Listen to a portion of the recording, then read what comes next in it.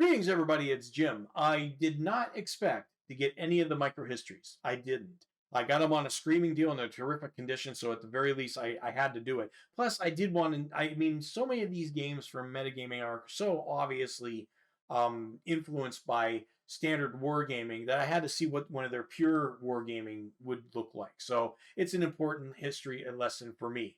But the thing is, the real reason I didn't want to get into them is not like I couldn't learn about them. It's just I didn't want to pick them up because I'm pretty a hardcore completionist.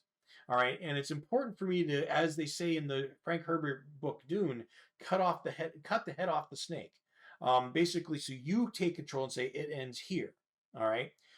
Basically, if for me, when I was doing these unboxings, I got one metagame, and then all of a sudden I said, you know what? Here's the one. I got a few more, and they were all science fiction, and that was the thing. That was the cutoff point. I wanted heavy science fiction too.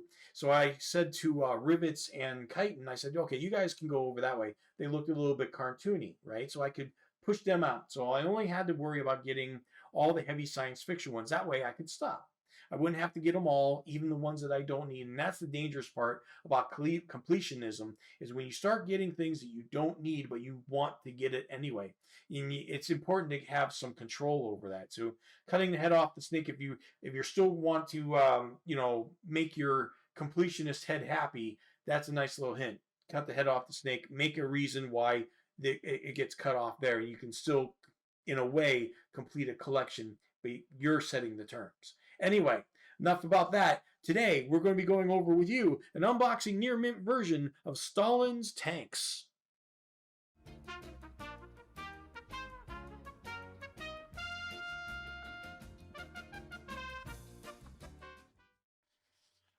All right, everybody, here we got Stalin's tanks, and doing a trick that I learned when I was opening up the mint copy of Trailblazer. The idea is to put two thumbs, separate apart evenly across the top, and you can easily grab this. Don't do it from the middle there. That just makes it uneven and hard to open. So let's go ahead and just crack this open. Here we got the rule book for Stalin's tanks, and it is a standard paper rule book, not the shiny kind. A lot more things happening with the counter. Oops, sorry. A lot more things happening with the counters here. I guess you'll find that out as you look at the counters. But definitely, this is going to be much more of a more complicated game. Definitely with statistics, I should say. They talk about facing in this game. That's interesting.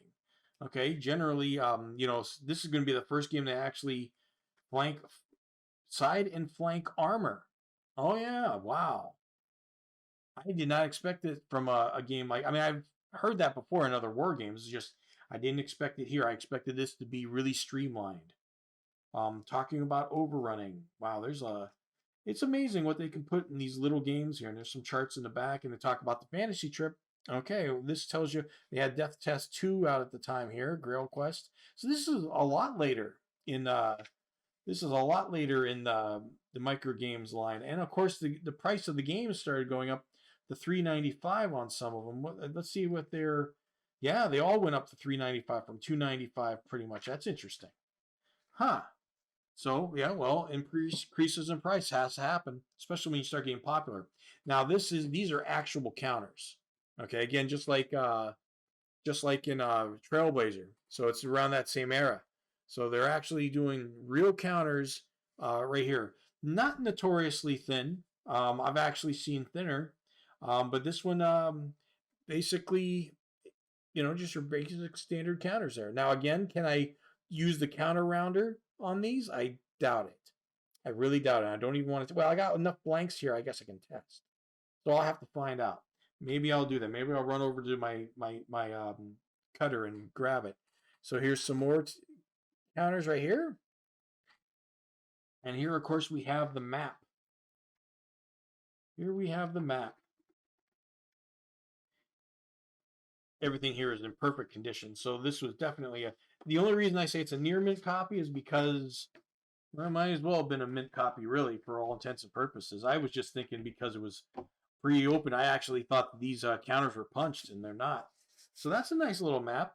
Again, they really strayed away from in the early productions of the metagames. The paper was had a feel to it, and they kind of went away from that. This is 1980, but it's still a good map. It's just fine. It's nothing over the top as far as artwork, but it's functional. That was the idea, right? None of these games were meant to be super pretty. But anyway, let me. I'm going to try that out. Actually, I'm going to punch one of these out, and I'm going to run over to my cutter, and I'm going to see what this does. There we go. Come on. There we go. I'm just going to take out a blank, and I'm going to be right back here, right over here. I have it close by, and I have a video on this counter by Oregon Laminations, and this is a 2mm, and they really have terrific customer service. I'll say that in my video. Go check it out. So let's see what happens here. Oh, no, it's going to work. So I don't think that's going to actually do too much. I got some stuff on it now. But overall, that came out really well. So I think, well, look at this though. Boy, look how close that would be. I don't know if I really want to do that. Look at that one on the top right. Yeah, I think I'm going to avoid that. That's a bad news waiting to happen there. Even though I really don't think that came out too bad. Let me see. Well, if I put that over that, well, you can't really see it, but if I can put it over that and it doesn't cut it off at all. I don't know. I'm tempted.